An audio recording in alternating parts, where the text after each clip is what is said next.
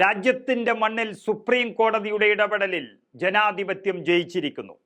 അങ്ങനെ ചണ്ഡീഗഡ് മേയറായി ഇന്ത്യ മുന്നണിയിലെ AAP സ്ഥാനാർത്ഥി കുൽദീപ് കുമാർ തെരഞ്ഞെടുക്കപ്പെട്ടു. ഇതോടെ ഈ രാജ്യം മൊത്തം ജനാധിപത്യ കശാപ്പിനിറങ്ങിയ BJPക്ക് കനത്ത തിരിച്ചടിയാണ് ലഭിച്ചിരിക്കുന്നത്. റിട്ടേണിംഗ് ഓഫീസർ അസാധുവാക്കിയ 8 ബാലറ്റ് പേപ്പറുകൾ എണ്ണി ഫലം പ്രഖ്യാപിക്കണമെന്ന് സുപ്രീം കോടതി ഉത്തരവിട്ടതോടെ AAPയുടെ കുൽദീപ് കുമാർ മേയറാകും.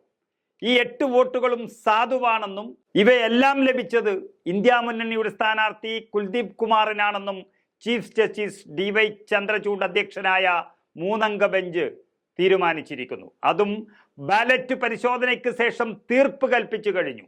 മാത്രമല്ല, ബാലറ്റിൽ കൃത്രിമം നടത്തി ഈ രാജ്യത്തിന്റെ ജനാധിപത്യത്തിന് കളങ്കം വരുത്തിയ ഭരണാധികാരി അനിൽ മസീഹിനെതിരെ കോടതി അലക്ഷ്യത്തിന് നടപടിയെടുക്കാൻ പഞ്ചാബ് ഹരിയാന ഹൈക്കോടതി രജിസ്ട്രാറോട് സുപ്രീം കോടതി നിർദ്ദേശിക്കുകയും ചെയ്തിരിക്കുന്നു.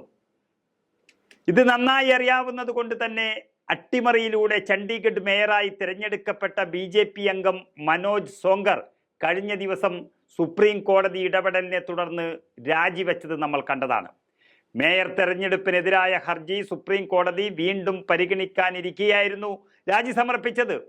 എന്നിട്ടും BJP അടങ്ങിയിരുന്നില്ല. ജനാധിപത്യത്തെ മൊത്തത്തിൽ വിലക്കെടുക്കാൻ പോയി. ഭരണം തിരിച്ചുപിടിക്കാൻ 3 AAP കൗൺസിലർമാരെ BJP ചാക്കിട്ട് പിടിച്ചിരുന്നു. ഇനിയൊരു തെരഞ്ഞെടുപ്പിന് കൂടി സുപ്രീം കോടതി ഉത്തരവിടുകയാണെങ്കിൽ ഈ 3 കൗൺസിലർമാരെ പണം കൊടുത്ത് വാങ്ങി മേയർ സ്ഥാനാർത്ഥിയെ വിജയിപ്പിച്ചെടുക്കാമെന്നും BJP കണക്കുകൂട്ടി. എന്നാൽ ജനാധിപത്യത്തെ അട്ടിമറിക്കാനുള്ള BJPയുടെ എല്ലാ നീക്കങ്ങളും പരമോന്നത നീതിപീഠം തകർത്തു കളഞ്ഞു. ഇനി തെരഞ്ഞെടുപ്പ് വേണ്ട, നടന്ന തെരഞ്ഞെടുപ്പിൽ തന്നെ ഇന്ത്യ മുന്നണി തന്നെയാണ് ജയിച്ചതെന്ന് സുപ്രീം കോടതി ഉത്തരവിട്ട് കഴിഞ്ഞു.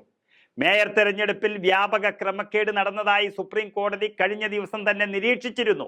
ബാലറ്റ് പേപ്പറിൽ ക്രമക്കേട് നടത്തിയ പ്രിസൈഡിംഗ് ഓഫീസർക്കെതിരെ നിയമ നടപടി സ്വീകരിക്കണമെന്നാവശ്യപ്പെട്ട കോടതി ജനാധിപത്യത്തെ കശാപ്പ് ചെയ്യാൻ ഒരിക്കലും അനുവദിക്കില്ലെന്നും മുന്നറിയിപ്പ് നൽകിയിരുന്നു.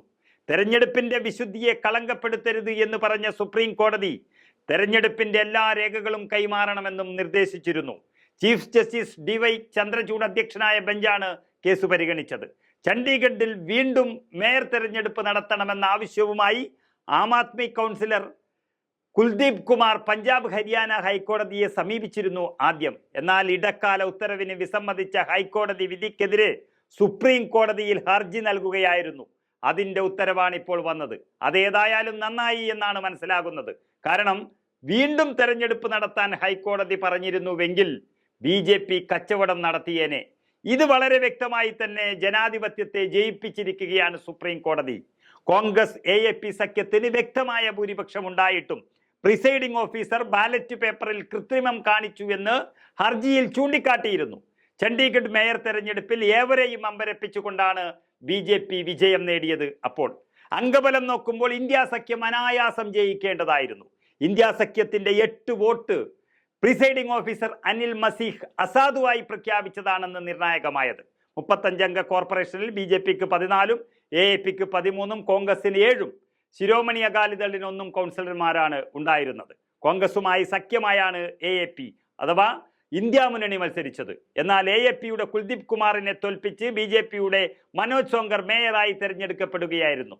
സോങ്കറിന് MP-യുടെയും ശിരോമണി അകാലിദളിന്റെയും അടക്കം 16 വോട്ട് ലഭിച്ചപ്പോൾ കുൽദീപ് കുമാറിന് ആകെ കിട്ടേണ്ടുന്ന 20-ൽ നിന്ന് 8 വോട്ടുകൾ അസാധുവാക്കി 12 വോട്ടുകൾ മാത്രമാണ് കിട്ടിയത്.